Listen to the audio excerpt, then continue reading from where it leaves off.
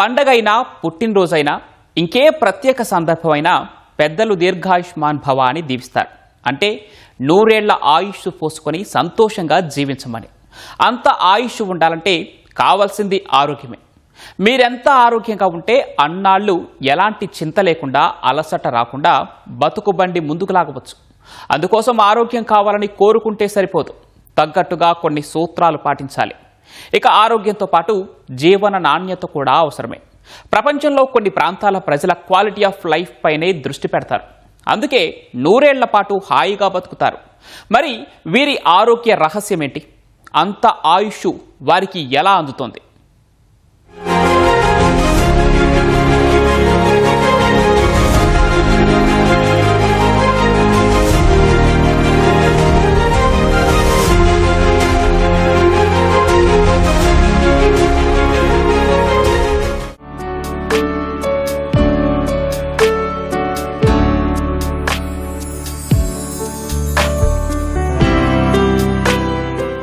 అత్యంత ఆరోగ్యవంతులు ఏం తింటారు, ఎలా ఉంటారు? ఈ ప్రశ్నలతో ఆరోగ్యాన్ని శోధించేవారు కొందరైతే, ఆరోగ్యవంతుల దీర్ఘాయుష్యు రహస్యాన్ని ఛేదించి ఎక్కువ కాలం బతకటానికి పరిశోధనలు చేస్తున్నవారు మరికొందరు. ప్రపంచంలో అత్యంత ఆరోగ్యవంతులైన వారిని విశ్లేషిస్తే 3 విషయాలు అర్థమవుతాయి. వీరెవరూ ఆరోగ్యంగా ఉండాలని ప్రత్యేకంగా ప్రయత్నించరు. ఆరోగ్యం అనేది ప్రత్యేకంగా టార్గెట్ పెట్టుకుని సాధించాల్సిన గమ్యమో లక్ష్యమో కాదు. మంచి జీవన శైలికి ప్రతిబింబం అది. కేవలం తిండితోనే ఆరోగ్యం సమకూరదు. మంచి జీవన శైలిలో భాగమే ఆహారం కూడా. అందుకే ఆరోగ్యవంతులు ఏమి తింటారని కాకుండా ఎలా జీవిస్తున్నారో చూస్తే వారి జీవన రహస్యం బయటపడుతుంది.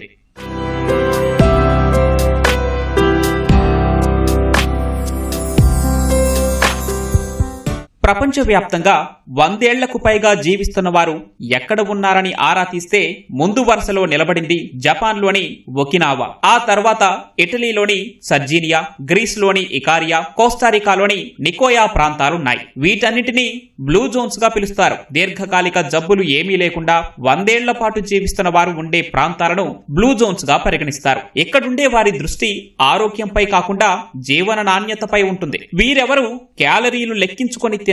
పదే పదే ఆహారపు అలవాట్లు, పద్ధతులు మార్చుకోరు. ఈ రోజు ఏం తిందామని ఆలోచించకుండా ఆయా సమయాల్లో స్థానికంగా దొరికే పదార్థాలు, సంప్రదాయ వంటకాలు తింటారు. కడుపు నిండేలోపు తిండి ఆపేస్తారు. జపాన్లో దీన్నే హరహాచిబు అంటారు. అంటే 80% కడుపు నిండగానే సంతృప్తి చెందడం అన్నమాట.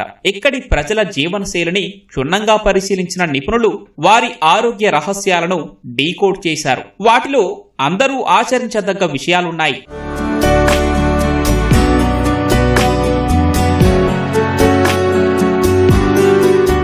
నూరేళ్ల పాటు జీవించడానికి ఆరోగ్యాన్ని కాపాడుకోవాలన్నది నిజమే. కానీ అంతకు మించి పాటించాల్సిన మరికొన్ని ఉన్నాయి. అందులో మొట్టమొదటగా చెప్పుకోవాల్సింది బంధాల గురించే.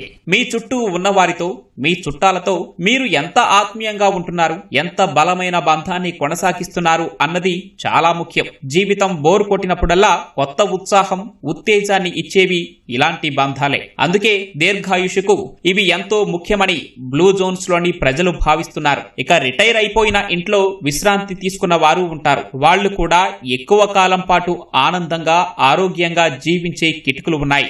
ఎలాగో వయసు అయిపోయింది, ఇంకేం చేయగలను అని అనుకోకుండా ఇక్కడి వారు కుటుంబానికి తమ వంతు సాయం చేస్తున్నారు. కూరగాయలు పండించడం, వంట చేయటం, పిల్లలను కనిపెట్టుకుని ఉండటం, ఇలా ఏదో ఒక పనిలో నిమగ్నమవుతున్నారు.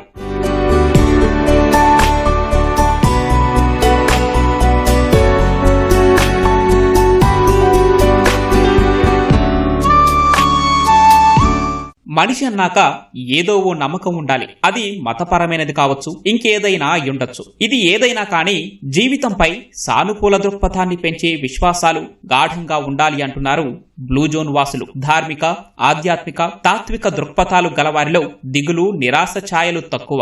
వీరిలో రోగనిరోధక శక్తి ఎక్కువగా, గుండె జబ్బులు తక్కువగా ఉంటున్నాయి. సాధారణంగా ఆరోగ్యంగా ఉండాలంటే అందరూ మొట్టమొదట చేసే పని డైటింగ్. నోరు కట్టేసుకుంటే చాలు అన్నీ సెట్ అయిపోతాయని అనుకుంటారు. కానీ ఆరోగ్యకరమైన జీవన విధానానికి ఇదొక మార్గం మాత్రమే.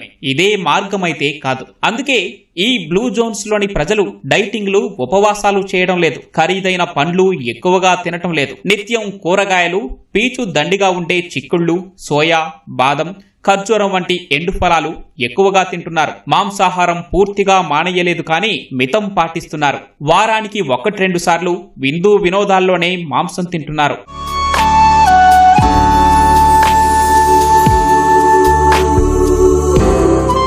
ఇప్పుడున్న హడావుడి లైఫ్ స్టైల్లో ఉదయం పూట కడుపు నిండా తినేవారు తక్కువే. 2 నిమిషాల్లో పూర్తయ్యే మ్యాగీయో లేదంటే బ్రెడ్ జామో చకచకా లాగించేస్తున్నారు. అక్కడితోనే తృప్తి పడుతున్నారు. పోనీ మధ్యాహ్నమైనా సరిగ్గా తింటారా అంటే అదీ లేదు. ఆఫీస్ హడావుడిలో ఏదో తిన్నారంటే తిన్నారు అనిపిస్తున్నారు. అయితే ఈ బ్లూ జోన్స్ లోని ప్రజలు మాత్రం తప్పనిసరిగా ఉదయం పూట దండిగా తిని రోజు ఆరంభిస్తారు. రాత్రిపూట తక్కువగా తినటం వీరిలో కనిపిస్తున్న మరో ప్రత్యేకత. పొట్టను 3 వంతుల ఆహారంతో నింపి 1 వంతు ఖాళీగా ఉంచుతున్నారు. చిన్న చిన్న ప్లేట్లలో భోజనం వడ్డించుకోవటం, నెమ్మదిగా నమిలి తినటం, కుటుంబ సభ్యులతో కలిసి కూర్చొని తినటం చేస్తున్నారు. చాలా వరకు ఇంట్లో వండుకున్న ఆహారమే తీసుకుంటున్నారు.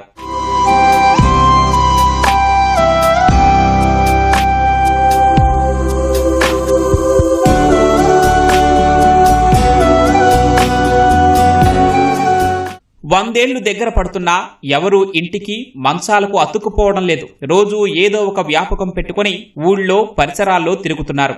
ఏ పని చేసినా ఏదో ఒక ప్రయోజనం, ఉపయోగం ఉండేలా చూసుకుంటున్నారు. వీరిలో ఎవరిలోనూ ఒత్తిడి మచ్చుకైనా కనిపించడం లేదు. ఒత్తిడి లేదంటే సగం జబ్బులు లేనట్టే లెక్క. అందుకే ఆరోగ్యానికి, ఆయుష్కు ఒత్తిడి లేని జీవితమే అసలైన మంత్రం. అక్కడెక్కడో ఉన్నవారి గురించి సరే, మరి మన సంగతి ఏంటి?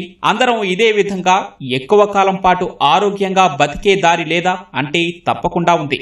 కొన్ని చిట్కాలు పాటిస్తే ఈ లక్ష్యం చేరుకోవటం పెద్ద కష్టమేమీ కాదు. ఆ వివరాలు ఇప్పుడు చూద్దాం.